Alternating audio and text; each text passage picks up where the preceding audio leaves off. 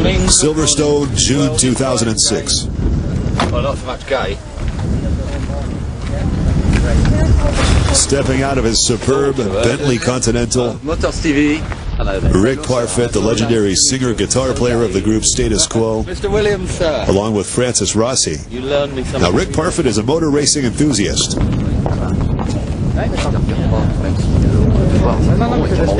The Status Quo numbers speak for themselves. More than 112 million records sold worldwide, more than 5,500 concerts, including their participation as the opening act for the Live Aid benefit concert in 1985, as well as the record for the most titles registered in the British hit parade. Clearly, Parfitt is a rock and roll pillar.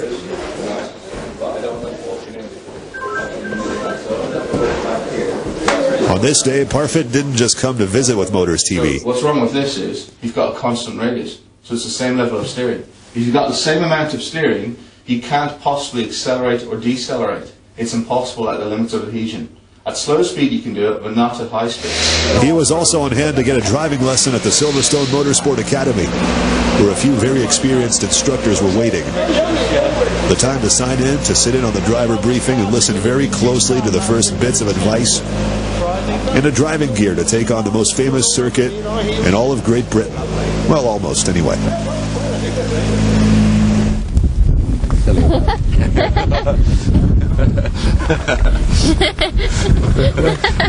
It's a great way to release any tensions, you know, and it's especially with the way that you have to drive on the British roads now. Everything you're squeezed tight, and the cameras and the police. It's just lovely to get out on the track and nail it for an hour. You know, it takes a lot of tension out, and it's always enjoyable. Do you remember when you were first interested, when you were young, maybe, about motorsport? Oh yeah, from a very young age. I mean, I go back further than anybody needs to know, really, to the days of Graham Hill and Jim Clark and Sterling Moss, and go right back to then, when motor racing was really, really dangerous sport, and they were very brave men. Of course, nowadays it's a lot safer, you know, but it's also a lot faster. But I've always loved Grand Prix all my life, and I try to go to as many Grand Prix as I can. But with the Quo schedule, it's sometimes very difficult to get there. So maybe I've done 2 this year so far.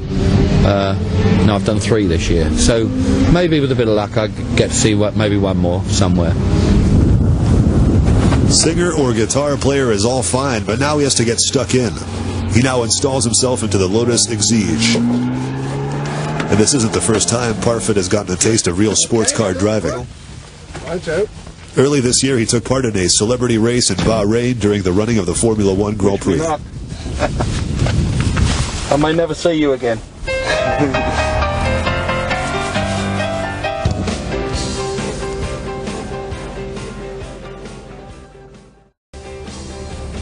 I think, you know, with motor racing, you push yourself to your limit, but you must remember not to push yourself over what you're capable of, and that's when people have accidents. And I'm slowly learning, and Bahrain was a great learning curve, because you're actually racing.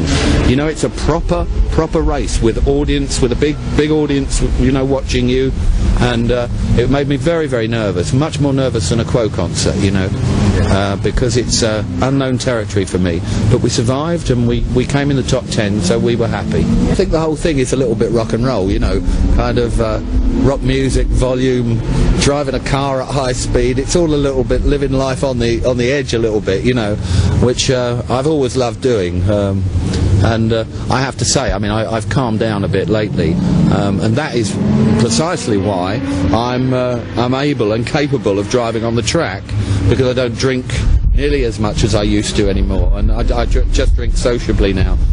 And I mean, a couple of years ago, I wouldn't have been able to do this because I was up at 5 o'clock this morning and I was out with friends last night. And normally from last night, I would have been, oh my God, I can't get up, and I especially can't drive a car. So I've cleaned my lifestyle up, and I have to say, I'm really enjoying it. You see more, you feel happier, and you're able to do more. And the rock and roll lifestyle is fun for, it's been fun for a lot of years, and I've been there, got the T-shirt, and it was great fun. But it's now time to live properly and enjoy life a bit more. At 57 years of age, Rick Parfitt is just as comfortable on the track as he is on stage. And you can hardly notice his recent health problems that forbid him to run. In any case, his personal instructor is formal. The rocker is a pro, and he gets better every time he goes out on the track. Of course, it's impossible not to take notice when he passes by. Those who were on hand at Silverstone on this day left with a nice souvenir. Some days earlier, Status Quo had the honor of headlining a rock concert during the weekend of the British Grand Prix at this very same Silverstone circuit. It's great. I mean, because you come in and you see the British Grand Prix, and you get good seats, and you get to go actually on the grid just 5 minutes before the cars take off, and all that for me is childhood dreams are made of that, actually being on the grid. And then to do a gig afterwards, it's fantastic. All the people are, up for it, and they've all had a few drinks, and it was a lovely sunny day, and it's just a great thing to do. And I would really like to kind of promote it as the F1 festival, because the more it's seen like that, where people don't have to go and get in their cars and sit in the traffic. They can watch a great motor race, and then they can come and see us. And what enjoy that too, Is Damon Hill a great guitarist? Well, he's a guitarist, and I know he won't mind me saying that. I think Damon, like I'm quite a frustrated driver, I think Damon's a frustrated guitar player. But you never know, we could put something together sometime and maybe do a bit of rocking together. I wouldn't fancy getting on the track with him, but it'd be good to play guitar with him. Eddie Jordan. Mad. Say no more. Nutter. He came up on stage with us, and he was wild, and I think he is generally quite wild. Very nice chap, but quite wild, quite mad. And who is your... No, he won't mind me saying that, Eddie, please. Who is your favorite driver of all time? I probably think Ayrton Senna. I mean, he, to me, was probably of the recent age of motor racing. I think he was probably the best I'd ever seen, and I know quite a lot of people would agree with me. And he was such a hero, and set standards, I think, for today's drivers. He pushed barriers, and unfortunately, I mean, I guess it wasn't his fault necessarily, but that's motor racing. It's we all know it's dangerous, and Ayrton, rest his soul. But because of the accident, I think motor racing learnt a lot more about itself, and modernising the cars and the cockpits and stuff like that. And it took something like that to move it on again. In 08, it will be 40 years of hit records. So we'll I guess work towards that, and everybody's happy and healthy again. Thank Christ that my throat has healed up, and we're enjoying playing and being on the road, and like we do. And this is just a very brief break for me, just getting out and doing a bit of motor racing. It's great fun, relaxes you, and I'm back working again in 2 or 3 days' time. So things, don't change within Quo. We work. Do you prefer making records or concerts? It's a different mindset. When you go into the studio, you change your way of thinking, and you put your creative head on, and you have time to sit back and reflect and look at it and say, that needs this, it needs this, or I don't like this, I don't like that. And of course on stage you get one chance at it only, and if you screw it up, it's too bad. So it's a completely different thing, and to be honest with you, I enjoy both. It's very nice that our business does have, you know, two distinct sides to it, and the one is, you know, out on the road and rocking to however many people, and the other one is relaxing in the studio, having a bit of a laugh, you know, and being creative, and seeing your songs that you maybe started on the tour bus, or you maybe started in your kitchen at home, just sitting with a guitar, all of a sudden, you know, come to life, and it's very rewarding to be in the studio, and it's very satisfying, you know, when you hear a song that you've written and it's complete, and you think, well, you know, mission accomplished, and it's a great feeling, as indeed it is at the end of a gig when you see, you know, everybody up and clapping and jumping around. It's a very rewarding business, and I don't mean necessarily financially.